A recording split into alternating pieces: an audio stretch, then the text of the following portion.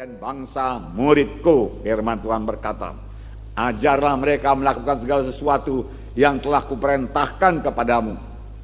Tidak ada lebih indah, lebih mulia, lebih berhikmat, lebih berkuasa, lebih hidup daripada firman Tuhan. Amin. Dan kita bersyukur kita sudah mulai mengenal firman Tuhan. Biarlah firman Tuhan hidup dalam hati kita, pikiran kita, mulut kita, perbuatan kita. Haleluya. Maka segenap jalan kita akan beruntung dan berhasil. Haleluya. Nah, puji Tuhan, saudaraku, terima kasih buat doa saudara-saudara sekalian. Kami sudah pulang dari Makassar dan Kendari, saudaraku. Haleluya, saudaraku. Pujilah Tuhan dan anugerah Tuhan. Kami mengadakan kebaktian kebangunan rohani kecil-kecilan, saudaraku. Tidak seperti yang di GOR sini, saudara. Kemudian seminar juga, saudaraku. Dan jiwa-jiwa dikuatkan, bahkan jiwa-jiwa diselamatkan, dan jiwa-jiwa juga disembuhkan. Di mana saja firman Tuhan yang benar ditaburkan, Tuhan meneguhkannya dengan kuasa dan tanda ajaib. Amin.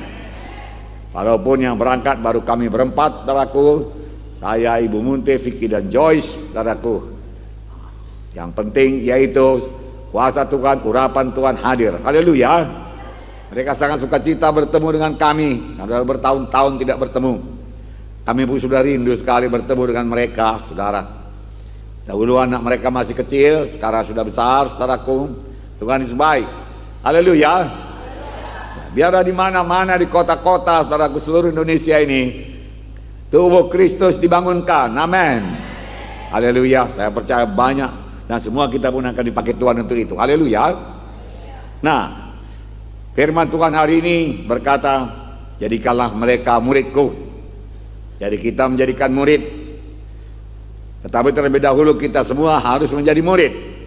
Barulah kita bisa menjadikan orang lain jadi murid. Murid Yesus, amin. Markus 3:13-15 saya bacakan. Kemudian naiklah Yesus ke atas sebuah bukit. Ia memanggil orang-orang yang dikehendakinya dan mereka pun datang kepadanya. Ia menetapkan 12 orang untuk menyertai dia dan untuk diutusnya memberitakan Injil dan diberinya kuasa untuk mengusir setan. Dari mulanya siapa saja yang dipanggil Tuhan diberi Tuhan kuasa mengusir setan. Haleluya. Saudara percaya bisa mengusir setan dalam nama Yesus? Tentu saja kita semua bisa mengusir setan dalam nama Yesus. Dan kepada setan tidak ada pilihan lain selain daripada angkat kaki dan pergi. Amin. Nah, untuk menyertai dia dan diutusnya memberitakan Injil. Keperluan terbesar dalam gereja sekarang ini ialah anak-anak Tuhan yang menjadi murid Yesus. Tidak sekedar selamat saja, tidak sekedar lahir baru saja. Jiwa itu tidak sekedar sembuh saja daripada penyakitnya. Tidak sekedar keberkatan saja dalam hidupnya, berkatan materi, tetapi benar-benar menjadi murid Yesus. Haleluya. Jadikanlah mereka itu muridku, firman Tuhan berkata. Ya, biar kita semua jadi murid Yesus. Salah satu alasan terbesar mengapa dunia ini belum dimenangkan buat Tuhan, mengapa dunia ini masih banyak jiwa-jiwa terhilang, ialah karena orang percaya dalam gereja, karena anak Tuhan dalam gereja belum menjadi murid Yesus, saudaraku. Sudah selamat, banyak sudah selamat, tapi banyak pula yang tetap anak-anak. Seperti sidang Korintus, ya tidak dewasa, saudaraku. Kamu masih manusia duniawi. Tuhan berkata kepada sidang Korintus, oleh sebab itu aku tidak bisa bicara kepadamu seperti kepada orang dewasa, tetapi kepada anak-anak susulah kuberikan padamu. Mengeluh. Tuhan melihat sidang Korintus yang anak-anak saja, yang kerinduannya juga duniawi, saudaraku. Jadi bukannya sekedar keberkatan sembuh, saudaraku, tetapi menjadi murid. Ada beda yang besar di antara kedua hal tersebut. Percaya artinya yaitu mengubah pendapatnya atau pikirannya. Misalnya dia mendengar Injil, lalu dia berkata, wah Injil yang benar, Tuhan Yesuslah satu-satunya juru selamat. Lalu dia menyerahkan hidupnya kepada Tuhan dan dia percaya pada Tuhan Yesus, menerima Yesus sebagai Tuhan dan juru selamatnya. Dia pun lahir baru jadi anak-anak Tuhan. Itu namanya percaya, lahir baru, saudaraku, menerima satu bibit kehidupan rohani, kehidupan Tuhan masuk ke dalam dia. Tapi masih merupakan satu bibit saja, saudaraku, bibit. Dan bibit itu bibit rohani, bibit kehidupan yang kita terima waktu kita lahir baru dari Tuhan, dari sorga, bukan dari manusia. Harus berkembang, harus bertumbuh dalam kita, teguh dalam kita, dan menguasai hidup kita. Janganlah bibit itu tetap bibit saja, tidak berkuasa, saudaraku, dan mudah dihimpit oleh segala kehendak daging manusiawi dan kehendak duniawi, saudaraku. Bibit itu yang berkembang, bibit kehidupan rohani, lalu kita menjadi manusia rohani, saudaraku. Keinginan-keinginan rohani hidup dalam kita, saudaraku. Persekutuan kita dengan Tuhan bertambah indah, intim, dan hidup kita diserahkan sepenuhnya kepada Tuhan. Kita hidup mengangkat salib, dan seluruh hidup kita menyenangkan Tuhan, memberi buah kepada Tuhan. Itulah kehendak Tuhan. Amin. Jadi tidak cukup hanya menerima Tuhan sebagai Tuhan dan Juru Selamat, pengampun dosa, bahkan sembuh daripada penyakit. Tidak cukup sekedar mulai ke gereja ikut training. Saudara, gereja, lama-lama ke gerejanya pun jadi kebiasaan-kebiasaan saja, merupakan kewajiban pada hari Minggu. Karena memang hari Minggu ya ke gereja lah. Memberikan persembahan juga, berikan persembahan ala kadarnya, saudaraku. Begitu saja, bukan dari dasar hati, bukan dengan kerinduan yang sungguh-sungguh, saudaraku, kepada Tuhan Yesus, bukan dengan ucapan syukur atas kebaikan Tuhan, bukan dengan kerinduan supaya bertumbuh terus dalam Tuhan, bertambah-tambah dewasa. Pada hari ini kita cek pertumbuhan rohani kita, saudaraku. Amin. Maju lebih jauh, jangan sekedar sampai berkat-berkat, jangan sekedar sampai sembuh saja, sampai damai, sukacita, dan berdoa saja. Berdoa bagus, saudaraku, saya bersyukur. Tapi kebanyakan doa pun saya lihat masih berpusat pada diri sendiri saja. Ya, berkati aku, berkati keluargaku, saudaraku, dan lain sebagainya. Belumlah sampai mendoakan jiwa-jiwa sidang Tuhan supaya berkembang selamat. Jiwa-jiwa yang terhilang supaya diselamatkan Tuhan. Belum, saudaraku. Masih doa yang kalau orang dunia berkata kepentingan diri sendiri, itu pun baiklah, okelah, Tuhan pun menerima, Tuhan menjawab. Tetapi marilah kita bertumbuh, kita mulai terbeban kepada jiwa-jiwa. Kita mulai melihat dunia ini sebagaimana Tuhan melihat dunia ini. Terhilang, masih banyak domba-dombaku yang terhilang, Tuhan berkata. Mereka perlu diselamatkan. Mereka perlu menerima kampunan dosa, supaya mereka jangan masuk ke dalam hukuman yang kekal. Banyak anak-anak Tuhan sudah selamat, tetapi tidak bertumbuh. Bahkan saudaraku, tidak baca Alkitab atau minim sekali baca Alkitab. Kebanyakan waktunya di depan TV, saudaraku. Majalah-majalah, buku-buku dunia. Doanya minim dan tidak berkuasa.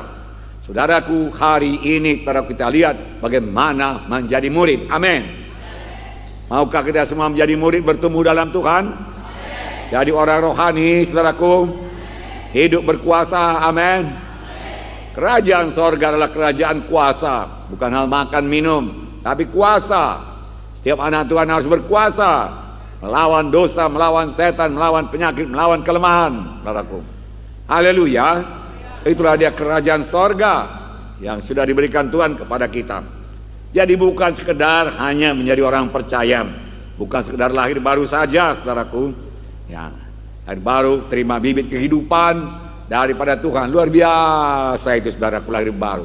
Memang sukacitanya pun luar biasa, saudaraku. Bibit kehidupan itu mulai bertumbuh, tetapi kerap kali dihimpit. Firman Tuhan berkata dihimpit oleh duri-duri, lalang-lalang, batu-batu, sehingga akarnya, saudaraku, tidak bisa meresap ke dalam. Dan dia tidak kuat, lalu datanglah gelombang dunia ini, dan bibit itu pun layu, saudaraku. Jangan demikian, saudaraku. Jadi bukan sekedar sembuh dari penyakit saja, bukan sekedar bebas dari kutuk dosa saja, bukan sekedar menerima berkat-berkat materi saja. Saudaraku, itu semua ditambahkan Tuhan saja itu. Berkat-berkat materi tambahkan Tuhan saja semuanya, saudaraku.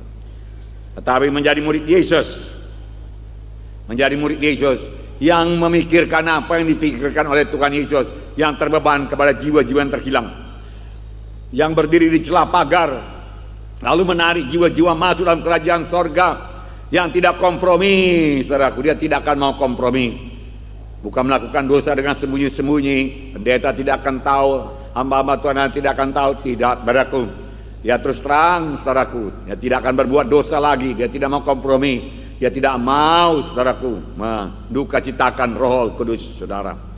Ibarat tentara dunia ini, mereka adalah bala tentara sorga yang tidak bisa dikalahkan, saudaraku. Apakah yang dimaksud menjadi murid? Menjadi murid adalah seorang yang menerima pengajaran gurunya, saudara, dan kemudian menyebarkan pengajaran gurunya kepada orang lain. Nah, orang lain itu juga menjadi murid. Terima pengajaran dari Yesus, firman Tuhan benar adanya dan meresap di hatinya, mengubahkan dia, dan dia mau orang lain juga berubah. Orang lain juga bertemu dengan kehidupan yang seperti ini, karena hanya inilah hidup yang kekal. Lalu dia bawa berita kesaksian keselamatan dan memimpin jiwa-jiwa itu terus bertumbuh dalam Tuhan, menjadi murid Yesus. Itu namanya memberi buah kepada Tuhan, saudaraku. Itu kehendak Tuhan. Tuhan selalu melihat dunia yang terhilang ini, saudaraku. Begitu banyak lagi jiwa-jiwa yang terhilang. Sepanjang perjalanan kami, saudara, kami merasa kasihan kepada jiwa-jiwa yang bergumul buat kehidupan dunia ini, saudaraku. Saudara, dan dia tidak mengerti sama sekali mengenai hidup yang kekal, saudaraku, yang kekasih dalam nama Yesus. Pada waktu di dunia ini dia menetapkan 12 orang, tidak banyak, untuk menyertai dia dan bersama-sama dengan dia. Bersama-sama dengan Yesus. Semua kita berkata bersama-sama dengan Yesus. Saya mau senantiasa bersama-sama dengan Yesus. Memang itulah yang paling baik, saudaraku. Kami berjalan, saudaraku, bersama-sama dengan Yesus. Kalau engkau tidak beserta Tuhan, kami tidak berani buat KKR, Tuhan. Tidak berani, Tuhan. Tapi bersama-sama dengan Engkau. Ajari kami, Tuhan. Kami banyak berkata-kata dengan Tuhan Yesus, saudaraku. Rupanya banyak berkata-kata dengan Tuhan Yesus di luar daripada jam doa kita, membawa kuasa Tuhan turun dalam hidup kita, saudaraku. Tiap-tiap kali kita ucapkan firman Tuhan, maka kuasa firman Tuhan memancar, saudaraku. Keluar kuasa daripada firman yang kita ucapkan itu, memberkati hidup kita. Itu sebabnya anak-anak Tuhan harus rajin, harus lancar mengucapkan firman Tuhan. Kedengar oleh telinga badani ini, saudaraku. Tidak bisu, saudaraku. Tidak dalam hati saja, tetapi kapan dia diucapkan, saudaraku, dia sebagai pedang roh. Dan kalau ada kuasa kegelapan, pekerjaan-pekerjaan setan ditebas oleh firman Tuhan, pedang roh yang kita ucapkan tersebut, saudaraku. Tapi kalau tidak kita ucapkan firman Tuhan, saudaraku, tidak berkuasa, saudaraku. Banyak mengucapkan firman Tuhan, haleluya. Banyak bersama-sama dengan Yesus. Itulah hidup kita, manusia rohani, saudaraku. Memang melayani sebagai pelayan Tuhan harus bersama-sama dengan Yesus. Senantiasa bersekutu dengan Tuhan Yesus, saudaraku. Dalam pikiran bersekutu dengan Tuhan Yesus, dalam ucapan bersekutu dengan Tuhan Yesus, dalam perbuatan bersekutu dengan Tuhan Yesus, dan bergantung kepada Tuhan sebuah kekuatan dan kesanggupan kita. Buat urapan kita bergantung sepenuhnya kepada Tuhan, haleluya. Maka saudara akan berkemenangan. Saudara mau kuat dalam Tuhan, banyaklah berkata-kata dengan Tuhan, saudaraku. Dia hidup, saudaraku. Berjalan bersama-sama dengan dia, cerita dengan dia, saudaraku. Amin. Tuhan menginginkan anak-anaknya bertambah-tambah dewasa, bertambah-tambah mulia. Dari kemuliaan kepada kemuliaan, saudara mau dibentuk Tuhan. Manusia yang berdosa telah kehilangan kemuliaan Allah. Firman Tuhan Roma 3:23 berkata, semuanya telah berdosa dan telah kehilangan kemuliaan Allah. Tidak nampak lagi kemuliaan Tuhan dalam hidupnya, saudara. Udah rusak oleh dosa, saudaraku. Tetap rupanya pada waktu Tuhan menjadikan manusia ini mulia, bahkan mulia sekali karena Tuhan ciptakan menurut gambar dan rupanya. Tetapi waktu dia berdosa, firman Tuhan berkata kehilangan kemuliaan Allah.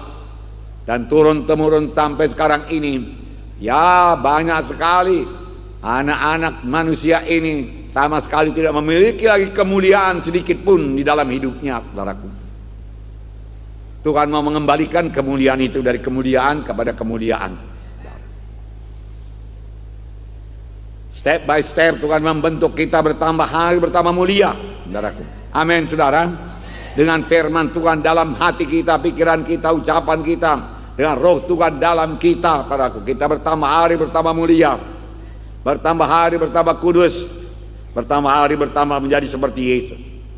Jangan lupa kita ini pengantin Kristus, mempelai Kristus, saudaraku yang kasih dalam nama Yesus, yang dikasihi oleh Tuhan Yesus. Sebagai mempelai, sebagai pengantin tidak bisa anak-anak. Saya belum pernah memberkati anak-anak di gereja ini, saudaraku. Nah, saudaraku yang kasih dalam nama Yesus, yang dewasa lah, dewasa badaninya, dewasa rohaninya, saudaraku. Nah, memang layak membentuk rumah tangga, saling bisa mengerti satu sama lain. Demikian juga mempelai Kristus. Kita ini mempelai Kristus, pengantin Kristus, harus dapat menanggapi Tuhan Yesus, harus dapat berkata-kata dengan Tuhan Yesus. Seperti Musa, Tuhan mau memusnahkan bangsa Israel.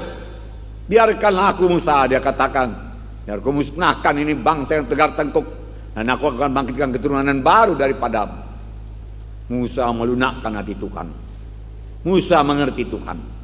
Musa sudah dewasa.